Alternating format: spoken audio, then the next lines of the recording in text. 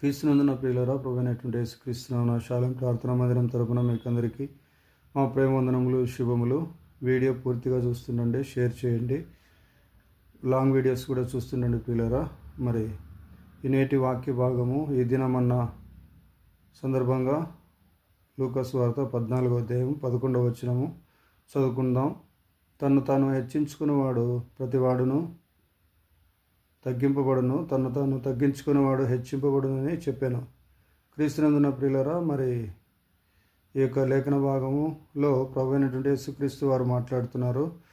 పెళ్లి విందులలో మరి అగ్రపీఠములను ఆశించి అక్కడ కూర్చునే వారిని గురించి మరి యేసుక్రీస్తు ప్రభు వారు ఈ విధంగా సెలవిస్తున్నారు. ప్రియులరా, నీకంటే గనుడైనటువంటి వారు ఎవరైనా వచ్చినట్లయితే మరి ఆ స్థానాన్ని ఖాళీ చేయమని చెప్పి నువ్వు అక్కడ చివర కూర్చోమని నీ సీటు గనుడైనటువంటి వ్యక్తికి ఇస్తారు. కనుక ముందే నిన్ను నీవు తగ్గించుకొని నువ్వు కూర్చోవలసిన చోట కూర్చున్నట్లయితే నీవు హెచ్చించబడతావు, తగ్గించుకున్నట్లయితే అని చెప్తూ ప్రభువైనటువంటి యేసుక్రీస్తు వారు మరి ఈ యొక్క మాటలను చెప్పారు ప్రియులరా. కాబట్టి మనం ఎక్కడికి వెళ్ళినా కూడా, ఏ చోట కూర్చున్నా కూడా మరి మనకు ఏమి తక్కువ కాదు, కానీ మరి మనము తగ్గించుకునే స్థితిలో ఉండాలి.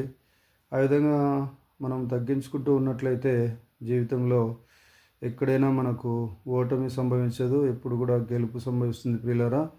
కాబట్టి మనము హెచ్చించబడేదానికి అవకాశం ఉంటుంది. మనల్ని మనం తగ్గించుకుందాం ప్రియులారా. ఎందుకంటే మనం దేవుని రక్తం చేత కొనబడినటువంటి వారము, కడగబడినటువంటి వారము, దేవుని చిత్తానుసారంగా ఉండుటకు పిలువబడిన వారము, అనేకులను క్రీస్తు చింతకు తీసుకుని రావడానికి మనము ఈ లోకంలో మరి సృష్టించబడినటువంటి వారం ప్రియులారా.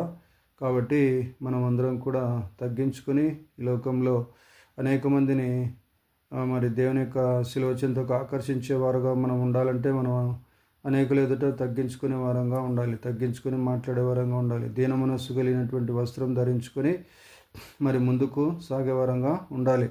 కాబట్టి ఆ విధంగా మనము తగ్గించుకునే స్థితిలో ఉన్నట్లయితే అనేకులను అగ్నిలో నుండి లాగడానికి అవకాశం ఉంటుంది ప్రియులారా. కాబట్టి మనము తగ్గించుకొని అనేకులను దేవుని సన్నిధానానికి పిలుస్తాము. మరి హెచ్చించుకున్నట్లయితే ఎవరు కూడా మన మాటలను లెక్క చేయని స్థితిలో ఉంటారు. కాబట్టి మరి మనకంటే గనులుగా ఉంటారు, మనకంటే గొప్పవారుగా ఉంటారు. కాబట్టి దయచేసి మనల్ని మనం తగ్గించుకొని ఈ లోకంలో ముందుకు సాగుదాం గాక.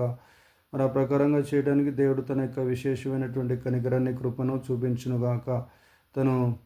తన రాజ్యాన్ని విస్తరింప చేయునుగాక.